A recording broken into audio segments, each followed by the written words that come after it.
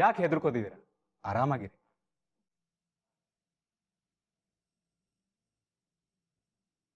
ನಿಮ್ಮ ಹೆಸರು? ನಿಮಗೆ ಗೊತ್ತಲ್ಲ ಅಣ್ಣ. ಪರವಾಗಿಲ್ಲ, ಇನ್ನೊಂದ್ಸಲ ಹೇಳಿ.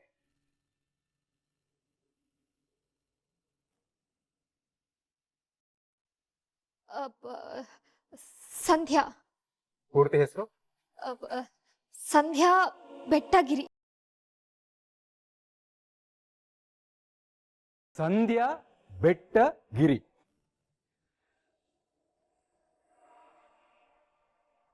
ಬೆಟ್ಟಗಿರಿನ ಅಥವಾ ಬೆಟ್ಟಗೇರಿನ?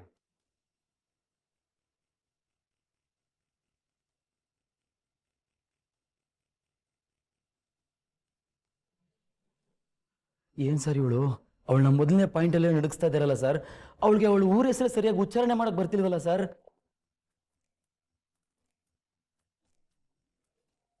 ಹೇಳಿ Sandhya. Bettagiri sir. Please note this point your honour. Sandhya ಅವರು ಚಿಕ್ಕ ವಯಸ್ಸಿಂದ ಬೆಳೆದ ಊರನ್ನ ಹೆಂಗೆ ಉಚ್ಚಾರಣೆ ಮಾಡಬೇಕು ಅನ್ನೋದನ್ನೇ ಮರ್ತು ಬಿಟ್ಟಿದ್ದಾರೆ. ಸಂಧ್ಯಾ ಅವರ ಊರಿನ ಹೆಸರು ಬೆಟ್ಟಗೇರಿ.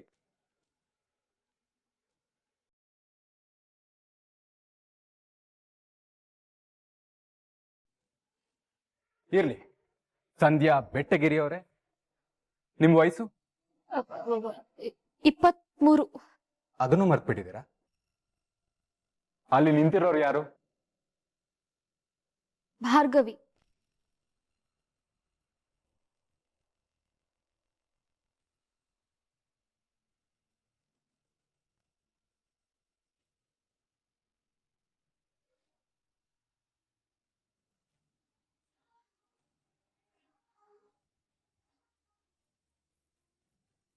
ಸರಿ, ಇವ್ರು ನಿಮ್ಮನ್ನ ಬ್ಲಾಕ್ ಮೇಲ್ ಮಾಡಿ ಈ ಕೇಸ್ ಹಾಕ್ತಿದ್ರ? ಹೌದು. ಯಾಕೆ? ಅದೇ ವಿಕ್ಕಿ ಹತ್ರ ದುಡ್ಡಿಸ್ಕೊಳಕ್ಕೆ.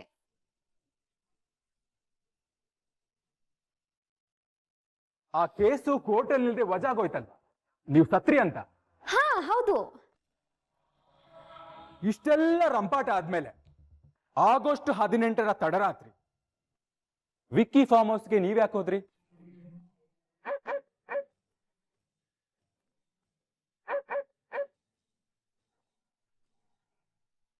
ನನಗೆ ರಕ್ಷಣೆ ಕೊಡಿ ಅಂತ ಕೇಳಕ್ ಹೋಗಿದ್ದೆ. Please note this point your honour. Sandhya ಅವರೇ, ತಪ್ಪು ತಿಳ್ಕೋಬೇಡಿ. ಈ ಮೊದಲು ನೀವೇ ವಿಕ್ಕಿ ಅವ್ರ ಮೇಲೆ ಸುಳ್ಳು ಕೇಸ್ ಹಾಕ್ಸಿದ್ರಿ. ಕೇಸ್ ಮುಗಿಯುವಷ್ಟರಲ್ಲಿ ನಿಮ್ಮನ್ನ ರಕ್ಷಣೆ ಮಾಡುವಷ್ಟು ಕ್ಲೋಸ್ ಆಗ್ಬಿಟ್ರ?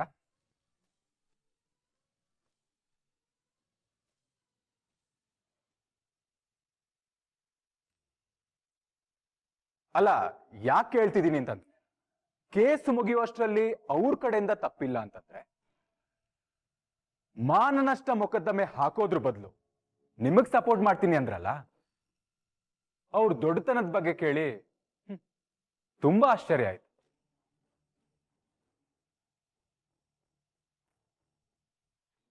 ಅವರಿಗೆ ಇದ್ರಲ್ಲಿ ನಂದೇನು ತಪ್ಪಿಲ್ಲ, ಎಲ್ಲ ಭಾರ್ಗವಿ ಅವ್ರು ಮಾಡಿದ್ದು ಅಂತಾನೆ ಅರ್ಥ ಆಯ್ತು.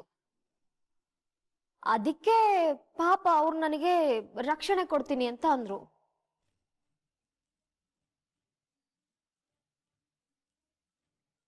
ಗುಡ್.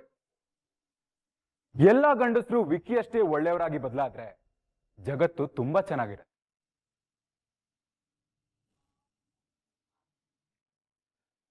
ಆದ್ರೂ ಒಂದು ಡೌಟ್ ಇದೆ ಸಂಧ್ಯಾ ಅವರೇ. ಅವತ್ತಿನ್ನೂ ಕೋರ್ಟಲ್ಲಿ ತೀರ್ಪು ಬಂದಿರಲಿಲ್ಲ. ತಪ್ಪು ನಿಮ್ಮದ ಅಥವಾ ವಿಕ್ಕಿ ಅವ್ರದ ಅಂತ ನಿರ್ಧಾರನೂ ಆಗಿರ್ಲಿಲ್ಲ. ಅದೇ ಟೆನ್ಷನ್ ಅಲ್ಲಿ ವಿಕ್ಕಿ ಅವರು ಅವರ ಫ್ರೆಂಡ್ಸ್ ಜೊತೆ ಮದ್ಯಪಾನ ಮಾಡ್ತಿದ್ರು ಅಂತ ನಮ್ಮ JP ಸರ್ ಹೇಳಿದ.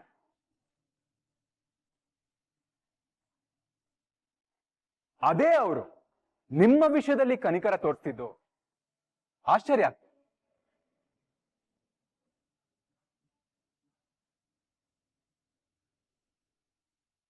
ಸರಿ ಅಮ್ಮ, ನಿಮ್ಮ ಮಾತನ್ನ ನಂಬ್ತೀನಿ.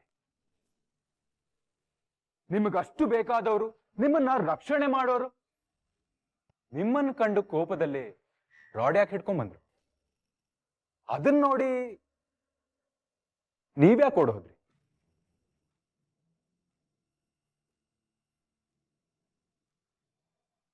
ಓ ಎಸ್, ಆ ಎಲ್ಲಾ ಪ್ಲಾನಿಂಗ್ ಅನ್ನ ಭಾರ್ಗವಿ ಅವರೇ ಮಾಡಿದ್ರು ಅಲ್ವಾ? ಆ, ಹೌದು.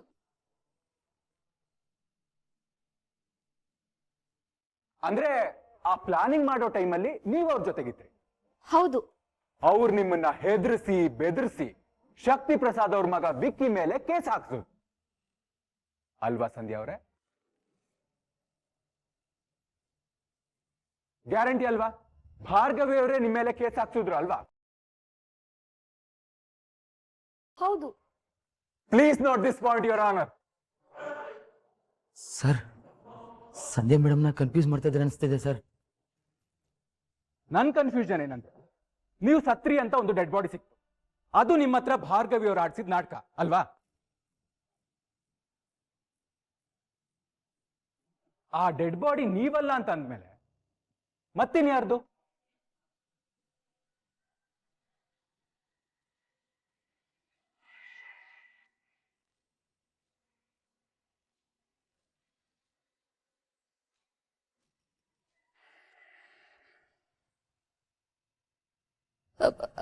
ಅದು ಅದು ಓ ಕರೆಕ್ಟ್, ನಿಮ್ಮ ಹತ್ರ ನಾಟಕ ಮಾಡಿಸಿದ್ರಲ್ವಾ, ಮರ್ತ್ಬಿಟ್ಟೆ. ಇಲ್ಲ ಇಲ್ಲ ಇಲ್ಲ, ನಾನ್ ನಾಟಕ ಆಡಕ್ಕೆ ಒಪ್ಪಿಲ್ವಲ್ಲ. ನೀವ್ ಒಪ್ಲಿಲ್ಲ ಅಂತಂದ್ರೆ ಆ ಸಾವ್ ಹೇಗಾಯ್ತು?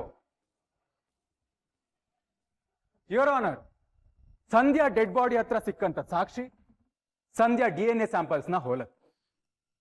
ಇವರು ಅವರಲ್ಲ ಅಂತ ಅಂದ್ಮೇಲೆ ನನ್ನ ಕನ್ಫರ್ಮೇಶನ್ಗೋಸ್ಕರ ನ್ಯಾಯಾಲಯ DNA ಟೆಸ್ಟ್ ಮಾಡಿಸೋಕೆ ಅನುಮತಿ ಕೊಡಬೇಕು ಅಂತ ಕೇಳ್ಕೊತೀನಿ.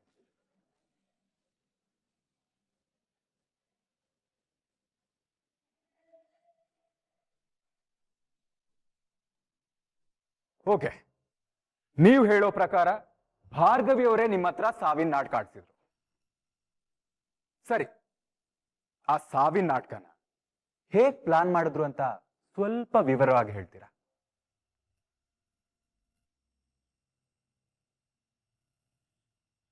ಅಂದ್ರೆ ಎಲ್ಲಿ, ಯಾವಾಗ, ಯಾವ ಸ್ಥಳದಲ್ಲಿ ಹೇಗ್ ಪ್ಲಾನ್ ಮಾಡಿದ್ರು?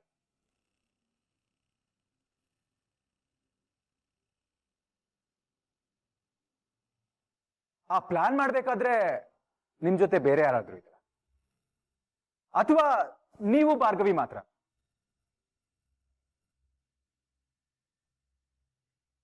ಈ ನಿಮ್ಮ ಮೌನವನ್ನ ನಿಮ್ಮ ಉತ್ತರ ಅಂತ ಪರಿಗಣಿಸ್ಲಾ?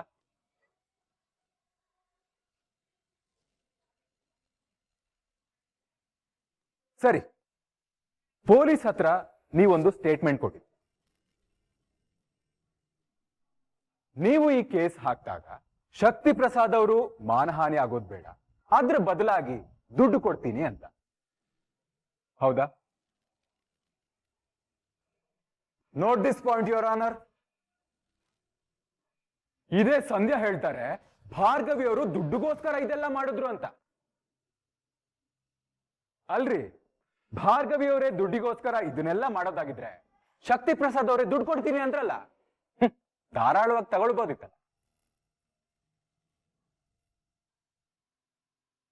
ಭಾರ್ಗವಿ ಅವರು ಕೇಸ್ ನಡೆಸ್ಕೊಂಡು ಇಷ್ಟು ದೂರ ಯಾಕ್ರಿ ಬಂದ್ರು?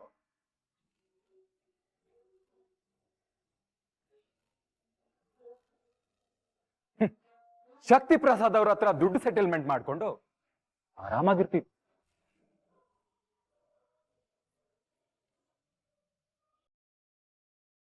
Your honour, it's clear, Bhargavi ಅವರು ಒಬ್ಬ ಪ್ರಾಮಾಣಿಕ ಲಾಯರ್. ಒಂದು ಹೆಣ್ಣು ಇನ್ನೊಂದು ನೊಂದ ಹೆಣ್ಣಿಗೋಸ್ಕರ ಧ್ವನಿ ಎತ್ತಿ ಎಲ್ರನ್ನು ಎದುರಾಕೊಂಡು ಇಷ್ಟು ದೂರ ಬಂದು ಇವತ್ತಿಲ್ಲಿ ನಿಂತಿದ್ದಾರೆ. ಭಾರ್ಗವಿ ಅವ್ರ ರೆಪ್ಯುಟೇಷನ್ ಹಾಳು ಮಾಡೋದಕ್ಕೆ ಆಪೋನೆಂಟ್ ಕಡೆಯವರು ಇವ್ರ ಹತ್ರ ನಾಟಕ ಆಡ್ಸಿರ್ಬೋದಲ್ಲ. ಅಬ್ಜೆಕ್ಷನ್ ಮೈ ಲಾರ್ಡ್, ಇವ್ರು ಏನು ಮಾತಾಡ್ತಾ ಇದ್ದಾರೆ ಅಂತ ಅರ್ಥ ಅನ್ನೋದಿದೆಯಾ ಇವ್ರಿಗೆ? ಅಬ್ಜೆಕ್ಷನ್ ಹಾಕೋಕು ಮುಂಚೆ ನಿಮ್ಮ ಕ್ಲೈಂಟ್ಗೆ ನನ್ನ ಕ್ಲೈಂಟ್ ಆಡ್ಸಿದ ನಾಟಕದ ಬಗ್ಗೆ ವಿವರಣೆ ಕೊಡೋದು ಹೇಳಿ ಮಿಸ್ಟರ್ ಜಯಪ್ರಕಾಶ್ ಪಾಟೀಲ್.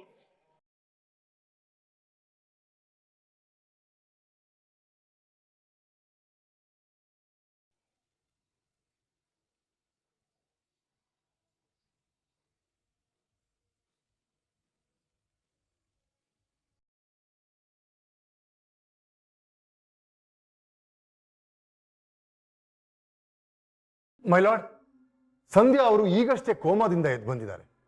ಹಾಗಾಗಿ ಅವ್ರಿಗೆ ಸ್ವಲ್ಪ ಮರು ಸ್ಟಾರ್ಟ್ ಆಗಿದೆ. ಅದಕ್ಕೋಸ್ಕರ ಅವ್ರಿಗೆ ಇಷ್ಟೊಂದು ಸ್ಟ್ರೆಸ್ ಕೊಡಬಾರ್ದು ಅಂತ ತಮ್ಮಲ್ಲಿ ಕೇಳ್ಕೊಂತೀನಿ. ನನ್ನ ಪರವಾಗಿ ಸ್ಟ್ರೆಸ್ ಬಗ್ಗೆ ಮಾತಾಡಿದ್ದಕ್ಕೆ ಥ್ಯಾಂಕ್ ಯು JP ಸರ್. ಸಂಧ್ಯಾ ಅವ್ರ ತಲೆಗೆ ಪೆಟ್ಟು ಬಿದ್ದಿರೋದ್ರಿಂದ ಪಾರ್ಷಿಯಲ್ ಮೆಮರಿ ಲಾಸ್ ಶುರುವಾಗಿದೆ. ಹಾಗಾಗಿ ಹಿಂದೆ ನಡೆದ ಘಟನೆಗಳು ಅವ್ರಿಗೆ ಸ್ಪಷ್ಟವಾಗಿ ನೆನಪಿದೆ. ಆಗಸ್ಟ್ 18ರ ರಾತ್ರಿ ಹಾಗೂ 19ರ ಮುಂಜಾನೆ ನಿಜವಾಗ್ಲೂ ಏನ್ ನಡೀತು ಅನ್ನೋದ್ರ ಬಗ್ಗೆ ತನಿಖೆ ಆಗ್ಬೇಕು. ಅದರಲ್ಲಿ ಭಾರ್ಗವಿ ಅವರು ಇನ್ವಾಲ್ವ್ ಆಗಿದ್ರಾ ಇಲ್ವಾ ಅನ್ನೋ ತನಿಖೆ ಕೂಡ ಆಗ್ಬೇಕು. ಯುವರ್ ಆನರ್, ಇವ್ರಿಗಾಗಿರೋ ಸ್ಟ್ರೆಸ್ ಇಂದ ಪಾಪ ಇವ್ರಿಗೇನು ನೆನಪಿಲ್ಲ.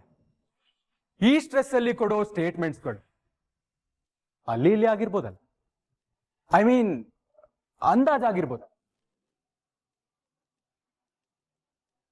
ಮಹಾಸ್ವಾಮಿ, ಈಕೆಗೆ ಸರಿಯಾದ ಚಿಕಿತ್ಸೆ ಕೊಟ್ಟು ಸ್ಟ್ರೆಸ್ ಇಂದ ಹೊರಗಡೆ ತಂದು ಆಮೇಲೆ ವಿಚಾರಣೆ ಮಾಡಬೇಕು ಅಂತ ಕೇಳ್ಕೋತೆ. ಹಾಗಾಗಿ ಭಾರ್ಗವಿ ಅವ್ರನ್ನ ನ್ಯಾಯಾಂಗ ಬಂಧನದಿಂದ ಬಿಡುಗಡೆ ಮಾಡಬೇಕು ಅಂತ ಕೇಳ್ಕೋತಾರೆ.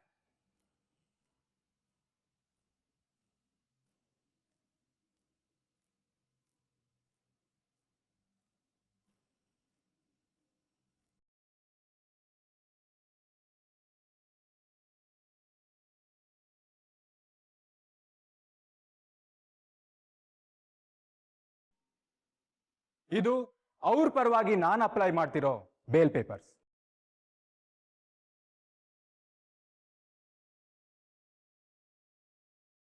That's all your honour.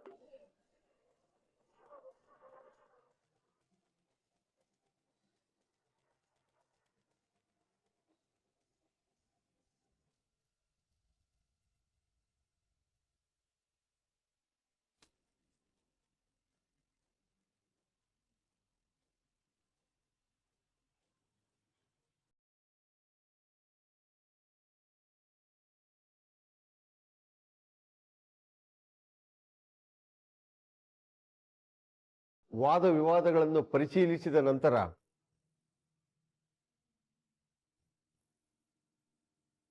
August 18ರ ಘಟನೆಯ ಬಗ್ಗೆ ಸೂಕ್ತ ತನಿಖೆ ಆಗಬೇಕು ಹಾಗೂ ಭಾರ್ಗವಿ ಅವರಿಗೆ ಬೇಲನ್ನು ಕೊಡಬೇಕೆಂದು ನ್ಯಾಯಾಲಯ ಆದೇಶಿಸುತ್ತದೆ.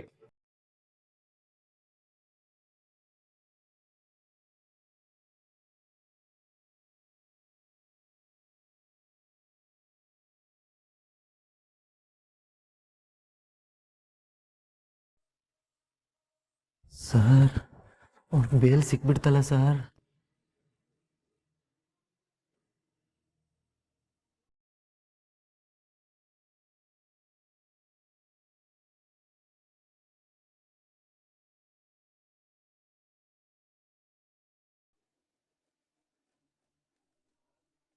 ಇಲ್ಲೇ ಇರೋಕ್ ಹೇಳಿದ್ರಲ್ಲ, ಎಲ್ಲಿ ಹೋದ್ರು?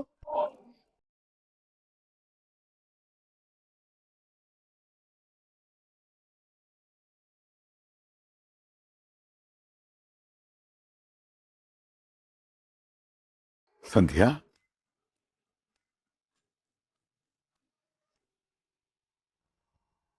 ಆರಾಮಾಗಿದ್ಯಮ್ಮ ಸಂಧ್ಯಾ?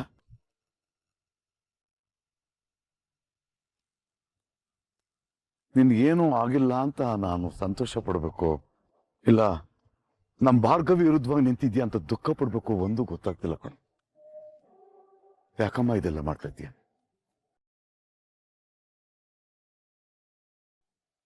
ನಿನ್ನೆ ಕೇಳ್ತಿರೋದು ಸಂಧ್ಯಾ, ಹೇಳು, ಯಾಕವ ನಿನ್ JP ಕಡೆ ಹೋದೆ? ಅವ್ರೇನಾದ್ರು ನಿನ್ನ ಹೆದರ್ಸಿದ್ರ?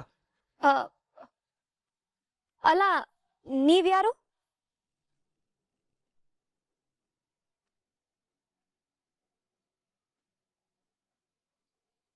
ನಾನು ಯಾರು ಅಂತ ನಿನಗೆ ಗೊತ್ತಿಲ್ವಾ?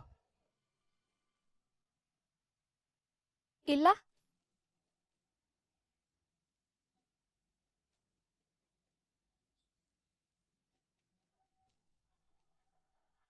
ಅಯ್ಯೋ, ನಂಗೆ ಯಾಕೇನು ನೆನಪಾಗ್ತಿಲ್ಲ. ತಲೆ ತುಂಬಾ ನೋಯ್ತಿದೆ ಅಮ್ಮ. ಸಂಧ್ಯಾ ಸಂಧ್ಯಾ ಇಲ್ಲೇನ್ ನಡೀತಿದೆ ಪುಟಿ? ಅವಳಿಗೆ ನಾನು ಯಾರು ಅಂತಲೇ ಗೊತ್ತಿಲ್ಲ. ಕೇಸ್ ನಿನ್ನ ವಿರುದ್ಧ ತಿರುಗುವಾಗ ಮಾಡಿದ್ದಾಳೆ. ನಿಜವಾಗ್ಲೂ ಅವಳಿಗೆಲ್ಲ ಮರ್ತೋಗ್ಬಿಟ್ಟಿದ್ಯಾ? ಸುಳ್ಳಿನ ಮೋಡ ಸತ್ಯನ ಮರೆಮಾಚಿದೆ ಅಪ್ಪ. ಇಷ್ಟರಲ್ಲಿ ಅದು ಕರಗುತ್ತೆ.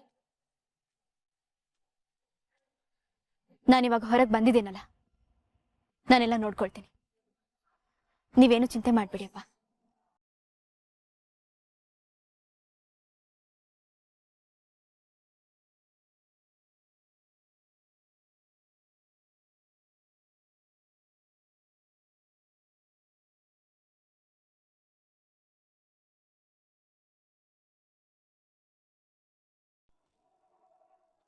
ಏನ್ ಅರ್ಜುನ್ ನೀವು ಅಪ್ಪನೇ ದೇವರು ಅಪ್ಪನೇ ರೋಲ್ ಮಾಡಲ್ಲ ಅಂತ ಇದ್ರಿ. ಇವತ್ ನೋಡಿದ್ರೆ ನಿಮ್ಮ ಅಪ್ಪನ ವಿರುದ್ಧನೇ ತಿರುಗಿ ಬಿದ್ದಿದ್ದೀರಾ. ನೀವ್ ಈ ತರ ಮಾಡ್ತೀರಾ ಅಂತ ನಾನು ಅನ್ಕೊಂಡಿರ್ಲಿಲ್ಲ. ನಾನು ನನ್ನ ಡ್ಯಾಡ್ ವಿರುದ್ಧ ನಿಂತಿಲ್ಲ, ನಾನು ನನ್ನ ಹೆಂಡತಿ ಪರವಾಗಿ ನಿಂತಿದ್ದೆ.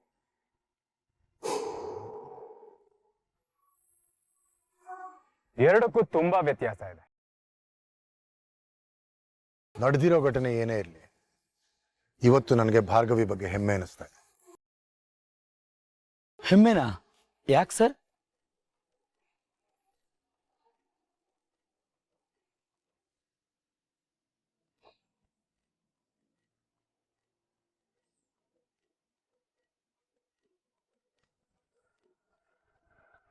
You looking good. ಇಷ್ಟು ವರ್ಷ ನಾನೆಷ್ಟೇ ಹೇಳಿದ್ರು ಲಾಯರ್ ಆಗಿ ನನ್ನ ಮುಂದೆ ಬರಲೇ ಇಲ್ಲ, ಪ್ರಾಕ್ಟೀಸ್ ಮಾಡೋಕ್ಕೆ ಒಪ್ಕೊಳ್ಳೇ ಇಲ್ಲ. ಆದ್ರೆ ಇವತ್ತು ನನ್ನ ಕೈಲಿ ಆಗದಿರೋ ಕೆಲಸನ ಭಾರ್ಗವಿ ಮಾಡಿ ತೋರಿಸಿಯಾಳೆ. ಇದಕ್ಕೆ ನಾನು ಅವಳಿಗೆ ಥ್ಯಾಂಕ್ಸ್ ಹೇಳಲೇಬೇಕು.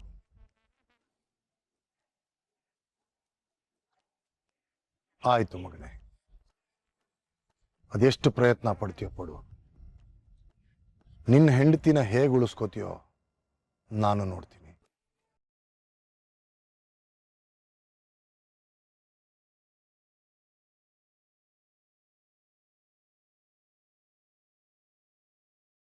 ಯಾವತ್ತಿದ್ರೂ ಸತ್ಯ ಆಚೆ ಬರಲೇಬೇಕಲ್ವ ಡ್ಯಾಡ್? ನಾನೀ ಕಪ್ ಕೊಟ್ಟು ಹಾಕಿರೋದು ಭಾರ್ಗವಿನ ಕಾಪಾಡೋಕ್ ಮಾತ್ರ ಅಲ್ಲ, ನಿಮ್ ಕಡೆಯಿಂದ ಆಗ್ತಿರೋ ತಪ್ಪನ್ನ ತಿದ್ದೋಕೆ. ನನ್ನ ಹೀರೋ ನೀವು. ನನ್ನ ಹೀರೋ ತಪ್ಪು ಮಾಡೋದನ್ನ ನಾನ್ ನೋಡ್ಕೊಂಡು ಸುಮ್ಮನೆ ಇರಲ್ಲ. ನೀವು ಭಾರ್ಗವಿ ಇಬ್ರು ನನ್ನ ಎರಡು ಕಣ್ಣಿದ್ದ ಹಾಗೆ. ಒಂದು ಕಣ್ಣಿಗೆ ಬೆಣ್ಣೆ, ಇನ್ನೊಂದು ಕಣ್ಣಿಗೆ ಸುಣ್ಣ ಹಚ್ಚೋನಲ್ಲ ನಿಮ್ಮ. ನೋಡ್ತಾ ಇರಿ, ನಾನ್ ನಿಮ್ಮನ್ನ ಉಳಿಸ್ಕೊಂಡೇ ಉಳಿಸ್ಕೋತೀನಿ. ಆವತ್ತು ನೀವು ನನ್ನ ಮಗ ಹೇಳಿದ್ದೇ ಸರಿ ಅಂತ ಹೇಳ್ತೀರ.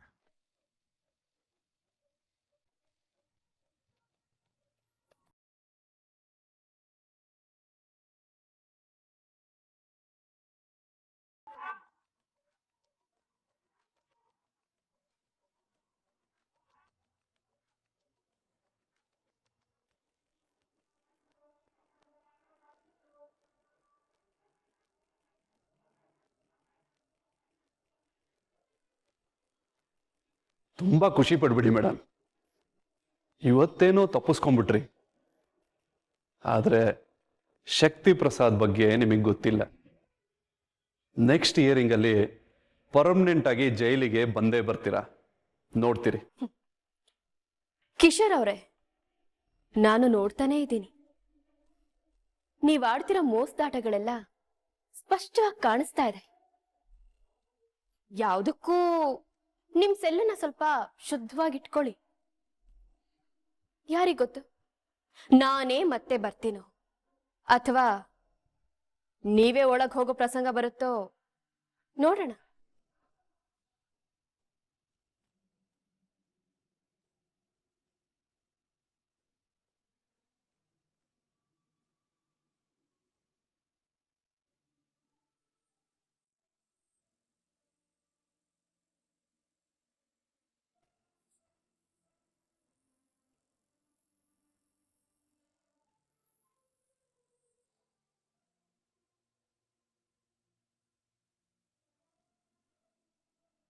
ನನ್ನನ್ನು ಉಳಿಸ್ಕೊಳಕ್ಕೆ ತುಂಬಾ ಪ್ರಯತ್ನ ಪಡ್ತಿದ್ದೀರ ಅಂತ ನನಗೆ ಗೊತ್ತಿತ್ತು ಪಾರ್ಥ.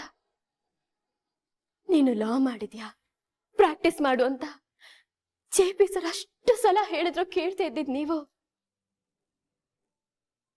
ನನಗೋಸ್ಕರ ಹೀಗ್ ಬರ್ತೀರಾ ಅಂತ ನಾನು ಅನ್ಕೊಂಡಿರ್ಲಿಲ್ಲ ಪಾರ್ಥ. ಇಷ್ಟು ದಿನ ಆ ಅನಿವಾರ್ಯತೆ ಬಂದಿರಲಿಲ್ಲ.